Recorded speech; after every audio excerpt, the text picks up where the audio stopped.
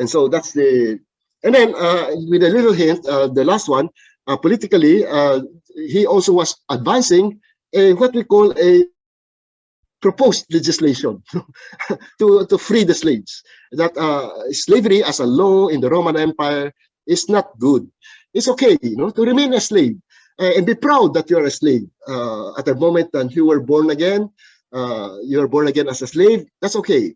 But if you have a chance to get freedom, okay, you should grab it. You take that chance to become a free man. Even if it is more difficult, because as a slave, you can have food, you can have shelter without, having to worry about it, because it's your master who worries about you. But now, become a free man so that you can have your own hands to work, not now for others, but to work, and that you can use this to help the poor, as Paul would say in Ephesians chapter 4. Verse 28. For those of you who are lazy or who are stealing, please stop that kind of but you have to work with your own hands. And what do you do with what you get as a reward for your labor? Use it to help the poor. So there is this whole sense of justice that, yeah, you get freedom, you get a chance to earn money, but whatever you do it to help the poor. And that's a very clear essence and teaching of what the kingdom of God looks like. Now I'm now to my last section, my conclusion, which is the applications. How now does this transformation politics of Jesus, okay, to transform the world into a world of love and peace, so that God's righteousness and justice is being implemented, that the people are empowered. And so where to live as blessed families, where they can establish a blessed community that is sustainable and, let's say, a paradise on earth, or a city of joy that people will enjoy, the shalom that God will provide. And so here, we now jump about 2,000 years, okay, to our present, and particularly into the Philippines. But before coming to the Philippines, let's say for all nations, okay? That means this is global. This application of the transformation politics of Jesus implemented for the empowerment of all peoples. The massa will be empowered, and those who are rulers will empower and provide the space, political space, for the poor to have a say, in governance. Now, for all people, even in one party, communist countries or monarchies, just love your neighbors, okay? Love and develop your barangay to become, or your commune in the case of communism.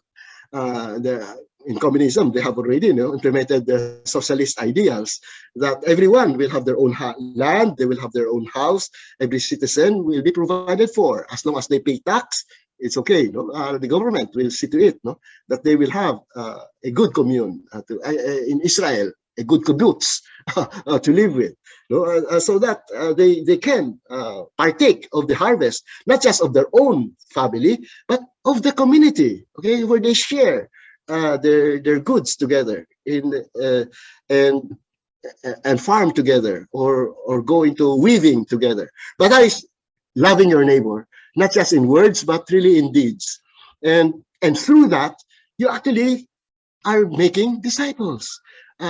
These people now will become servant leaders, because the disciples who can make disciples, who can take care of others, slowly become servant leaders. And that's how even in what I would call very repressive societies, what we would call very monarchic or very communistic societies, it is possible for Christians to make an impact and plant the kingdom of God in those societies.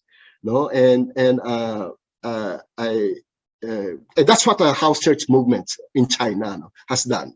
In the midst of a communist society, they have become the expert farmers, the expert fishermen, who would go from village to village, okay, and planting new societies or villages that become shalom, and to hopefully start to create cities of joy in modern communist China.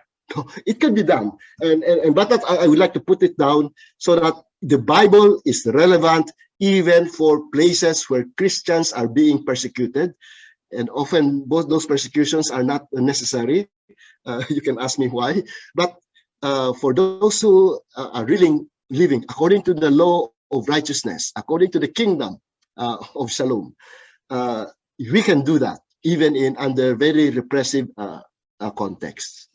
But now let's go to the more free context, because in the kind of intervention that we do in society to build sustainable communities, that's number two.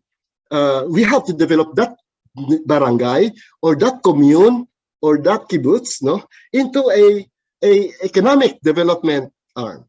And in the Philippines, we already, thank God, in 1991, through the efforts of Pimentel and of Gingona, the Senate as well as the House passed it, and it became a law in our land called the Local Government Code, RA 7160, where we have established a parliamentary form of government in every barangay, and that if you are really going to be a good barangay leader and you implement it, there you can have a good local development council, and you will be accountable to the people because you will post on the barangay hall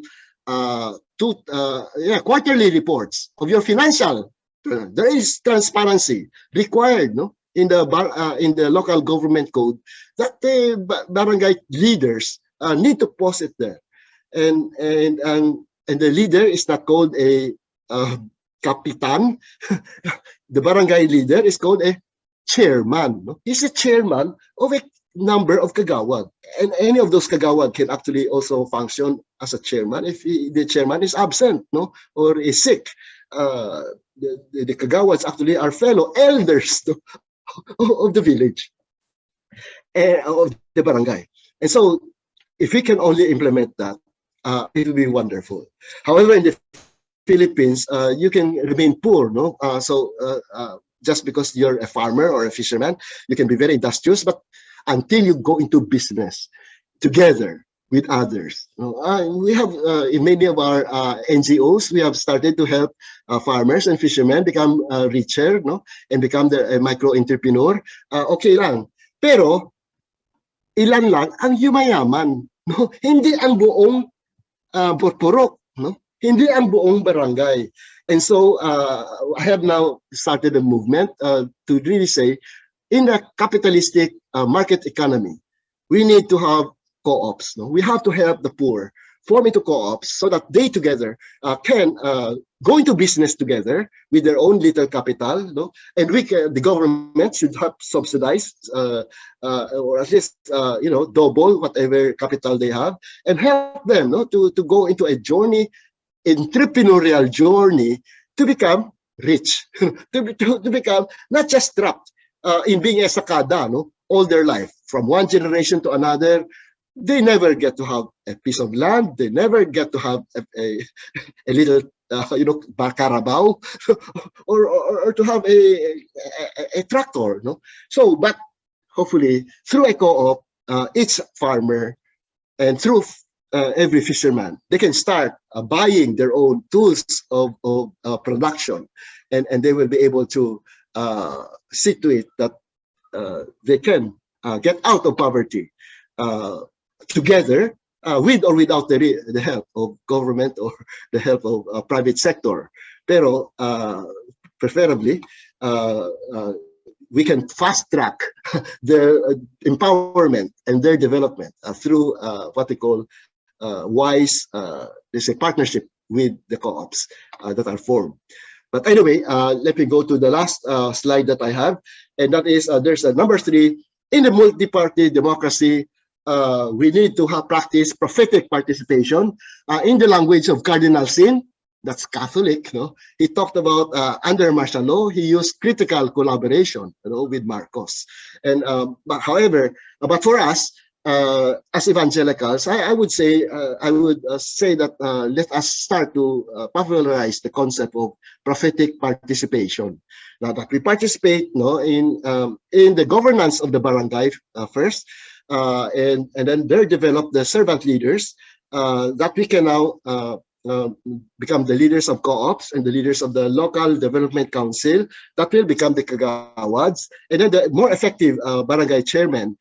We hope that they will run for councilor, or the best of them can become the next mayor, in the municipality or their city, and then comes the important assignment. Are we ready to develop parties and party lists?